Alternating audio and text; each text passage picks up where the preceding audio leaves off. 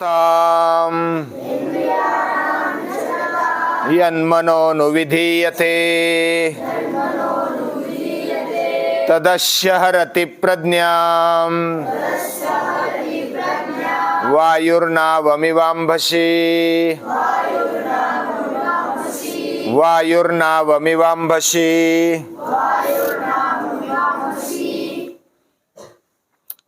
वायु नौका को बहा ले जाता है। जब उसको सुकानो अच्छे नहीं होते तब किधर भी ले जा सकता है।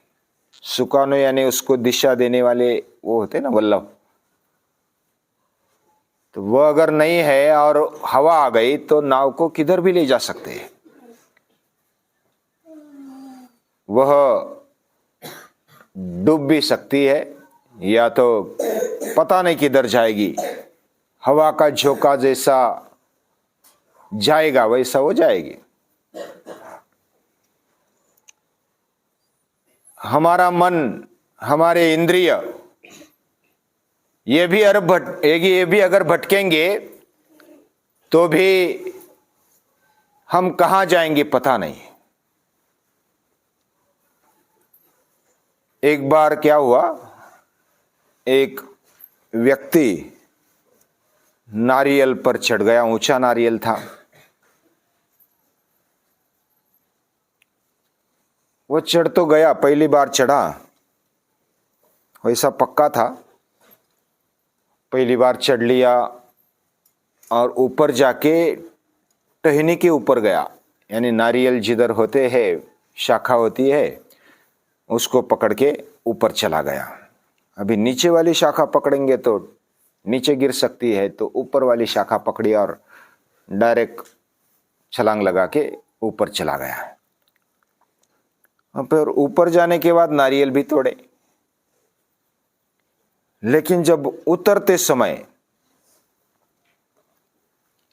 वो अटक गया, यानी ऊपर से वो शाखा को पकड़ता था, नीचे पांव नहीं लगते थे तो अटक जाता था, निराधार हो जाता था। तो वो डर गया, अभी तो नीचे नहीं आ सकता।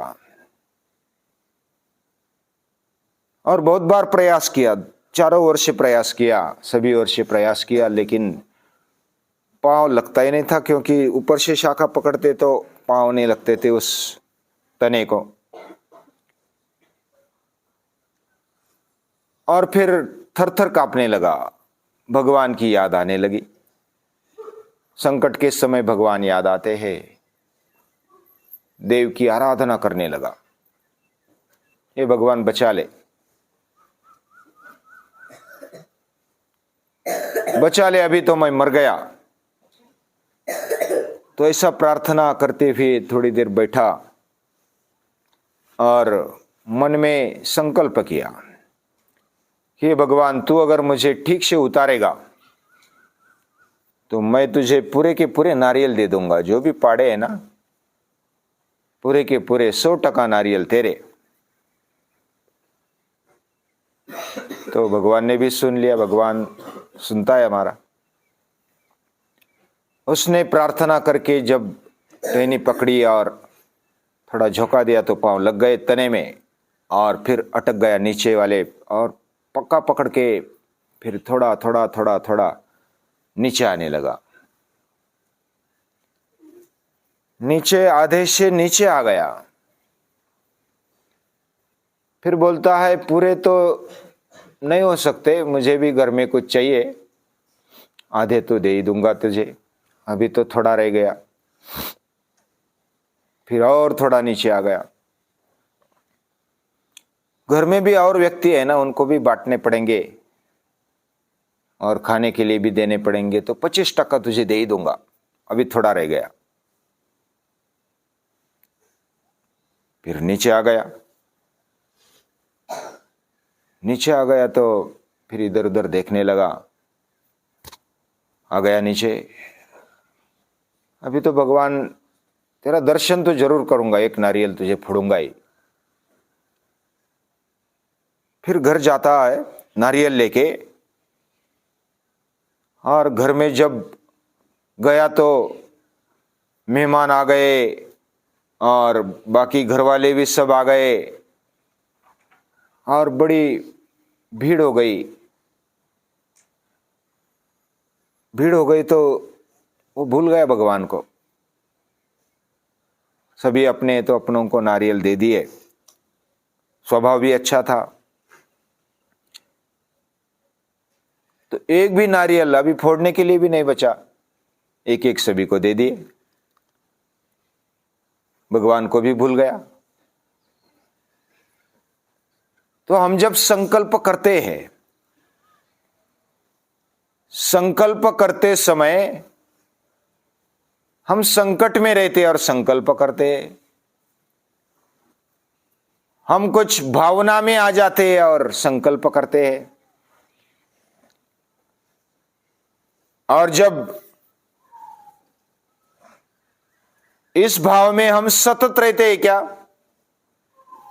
संकल्प के लिए हमारा मन, हमारी बुद्धि स्थिर होनी चाहिए, मन भी स्वस्थ होना चाहिए। और जब संकल्प करते हैं, जैसे हर रोज कोई विद्यार्थी, मैंने भी बहुत बार पहले संकल्प किया था कि सुबह उठूंगा, सुबह उठूंगा। पहले पहले थोड़ा लेट ही उठ जाता था, 5-10 मिनट। और ऐसा बहुत दिन होने के बाद मैंने कहा कि मैं ही मुझसे धोखा दे रहा हूं। यानी संकल्प कौन करता है? मैं करता हूं। और नहीं पाला, किसी ने नहीं पाला, मैंने नहीं पाला। तो धोखा किसने किसको दिया? खुद ने खुद को दे दिया। हम तय करते हैं और फिर हमें डिले बन जाते हैं, तो धोखा हम हमसे करते हैं। ये विचार जब मन में आ गया, तो दूसरा धोखा करता है तो हमें बड़ा ये होता है, दुख होता है, या तो क्रोध आता है, इसने मेरे साथ प्रामाणिक नहीं रहा, मैं देख लूंगा उसको। ऐसा हम सोचते कि नहीं सोचते? हमने अगर हमारे साथ धोखा किया तो क्या करना चाहिए? बोलना चाहिए, देख लूंगा तुझे, अभी एक बार तो छूट गया, दूसरी बार नहीं छूटना चाहिए। यानी हमसे हमारा धोखा नहीं होना चाहिए। और वही गीता कहती है, न आत्मानम अवसादयेत उद्धरेदात्मनात्मानम। यानी खुद ही खुद का उद्धार करने के लिए हम है। भगवान ने इतनी शक्ति हमें दी है, हम खुद को कम न समझे। हमारे पास शक्ति है, हमारे पास संकल्प शक्ति है, हमारे पास इच्छा शक्ति है, हमारे पास कुछ भौतिक शक्तियां भी है। हमारी इच्छाओं को और हमारे विचारों को, हमारे जो भी जितनी शक्ति, उतनी शक्ति के साथ हमें प्रयत्न तो करना ही चाहिए। ये हमारे हाथ में। अगर हम हम नहीं सुन रहे हैं तो हम हमारे शत्रु है, और हम हमारा सुनते हैं तो हम हमारे बंधु है। आत्मैव ह्यात्मनो बंधुर आत्मैव रिपुरात्मनः। हमारा संकल्प ये दृढ़ होना चाहिए। दृढ़ संकल्प जब होता है तो ध्रुव जैसा, नचिकेता जैसा जीवन हम बना सकते हैं। हम जागते हुए संकल्प करते हैं और नींद में भी, सपने में भी नहीं पूरा करते। लेकिन राजा हरिश्चंद्र की कहानी सुनी है ना? उन्होंने सपने में राज्य किसी को दे दिया, विश्वामित्र को दे दिया, सपने में दे दिया। फिर जाग आ गई, उसको सपना याद आ गया कि मैंने विश्वामित्र को पूरा राज्य दे दिया है।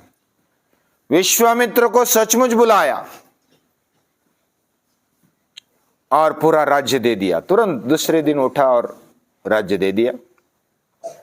फिर क्या क्या हाल सहन करना पड़ा, कैसे आपत्ति में वो रहे।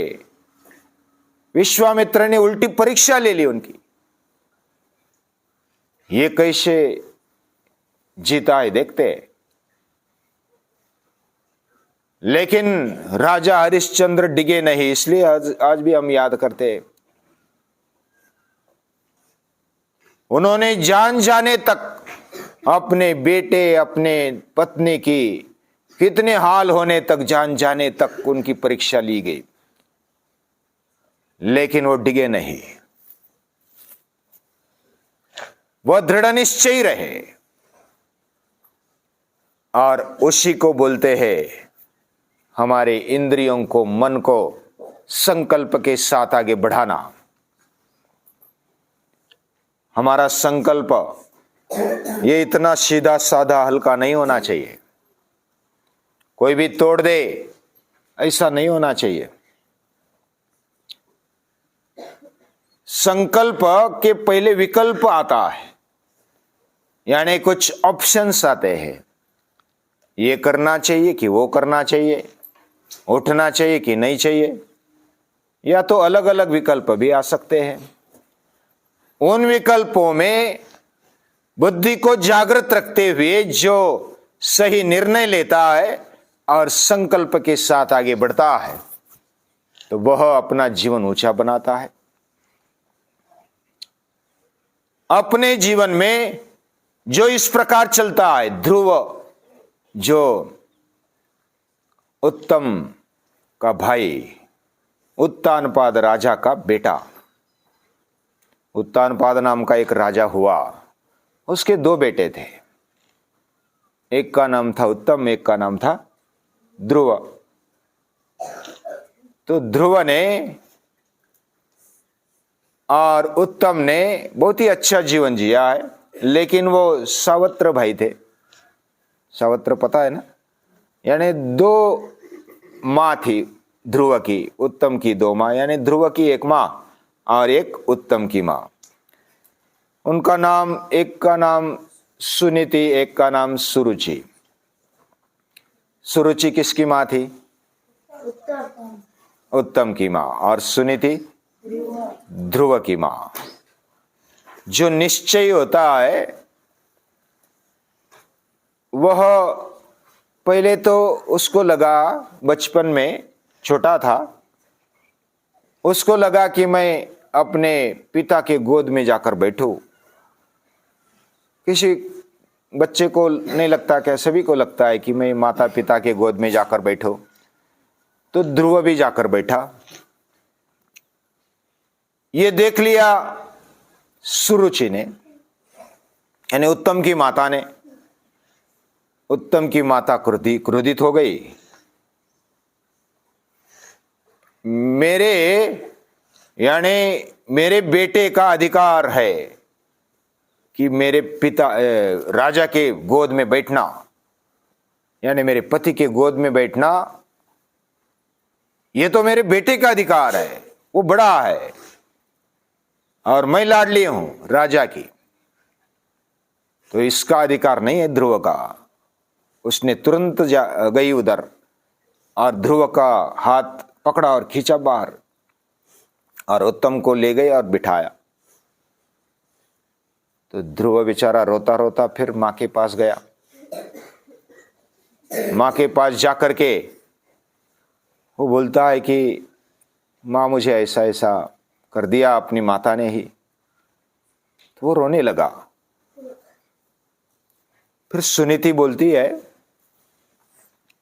कि ईश्वर है, वह सभी का पिता है, तुझे उसके गोद में बैठना है, रो मत। मां ऐसी होती है, अपने बेटे को सही विचार देती है, रोने पर हिम्मत देती है और बोले तुझे अगर ऐसा स्थान चाहिए ना जो सभी का पिता है, उसके गोद में अगर बैठेगा तो कोई नहीं बोलेगा कि उठ जा, कोई हाथ नहीं खींचेगा तेरा। ऐसा बोला जाता है, कोई ऐसी बात बोलो कि कोई ना बोले झूठ, ऐसी जगह पर बैठो कि कोई ना बोले उठ। तो ध्रुव ने सचमुच ऐसा तय कर लिया, दृढ़ निश्चय कर लिया, मैं मेरे पिता के गोद में बैठूंगा और जो सभी का पिता है जो सबसे ऊंचा है उसके गोद में मैं बैठूंगा। उसने दृढ़ निश्चय कर लिया और ध्रुव तब अपने निश्चय के साथ चला जाता है वन में और बड़ी तपश्चर्या करता है। तपश्चर्या के बाद भगवान प्रसन्न हो जाते हैं और उसको जगह दे देते हैं। ऐसी जगह दे दे कि कोई ना बोले उठ। ऐसा स्थान अभी भी ध्रुव तारा बोलते हैं ना उसको, अंग्रेजी में क्या बोलते हैं? पोल स्टार, बराबर ना। तो वह उत्तर दिशा में जो तारा है उसका ही नाम ध्रुव दे दिया। वो कभी हिलता नहीं, बाकी सब तारे हिलते हैं लेकिन ध्रुव हिलता नहीं, उसी का वही स्थान है। निरीक्षण करना, हमारा जीवन भी कोई भी हमारी नौका को इधर उधर ले जाएगा, हवा आएगी तो हम बस बह गए किधर भी, ऐसा नहीं होना चाहिए। किसी ने हमें बात बता दी कि ये अच्छा है, ये कर लो। किसी जगह पर हमें किसी की वस्तु दिखी और मन में आया कि ले लो, कोई देख नहीं रहा, तो हमारी इंद्रियों ने मन में हमें खींच लिया। कौन नहीं देखेगा, कोई देखेगा तो फिर हमारा अपमान होता है, नहीं देखेगा तो हम प्रामाणिक है ऐसा दिखाते हैं। लेकिन ये अपने आप से क्या बोलते हैं उसको, गद्दारी बोलते हैं ना।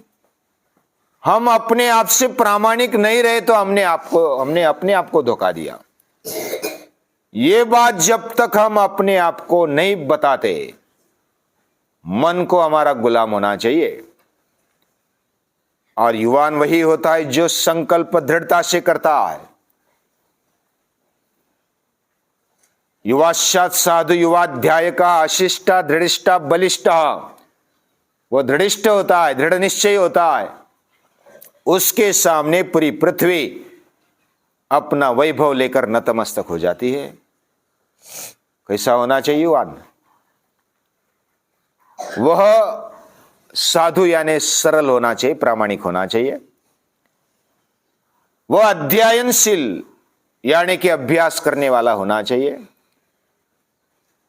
और दृढ़िष्ठ बलिष्ठ अशिष्ट आशावान होना चाहिए, बलवान होना चाहिए, दृढ़ निश्चय होना चाहिए। ऐसा जो भी है उसके सामने पूरी पृथ्वी पूरे वैभव के साथ नतमस्तक हो जाती है। और ऐसा बनने के लिए कौन नहीं चाहता है? हम अभी युवानी की तरफ जा रहे, और युवानी ऐसे होती है। और ये सही आनंद, जीवन का परमोच्च आनंद क्या है? हम बलवान हैं, हम आशावान हैं, हम दृढ़ निश्चयी है, हम अभ्यासु है, जिज्ञासु है और प्रामाणिक है। प्रामाणिक का पहला नंबर है। जो भी हमारे से बन सकता है करना हमारे हाथ में है। प्रयत्न तो हमारे हाथ में है ना, मिलेगा नहीं मिलेगा वो अगली बात है, लेकिन प्रयत्न कभी व्यर्थ नहीं जाता। तो इंद्रियाणाम इचरताम यन्मनोनुविधीयते, जिनके इंद्रिय विषयों के पीछे जाते जाते अगर भटक गए, उनको निश्चय से लगाम नहीं दिया तो हम उनके पीछे चले जाते हैं। तदस्य हरति प्रज्ञा, उसकी बुद्धि भी हर जाती है, यानी कि वह भटक जाती है। वायुर्नावमिवाम भसी, पानी में जैसे नाव हवा ले जाती है, वैसे ही हमारा मन, हमारी बुद्धि, ये इंद्रिय और विषय ले जाते हैं। तो बलवान बनने का मतलब शरीर से भी बलवान बनना, मन से भी बलवान बनना, दृढ़ निश्चय बनना, ध्रुव जैसा, राजा हरिश्चंद्र जैसा बनना। ये प्रेरणा हमारी संस्कृति देती है। ऐसे संस्कृति को नमस्कार है।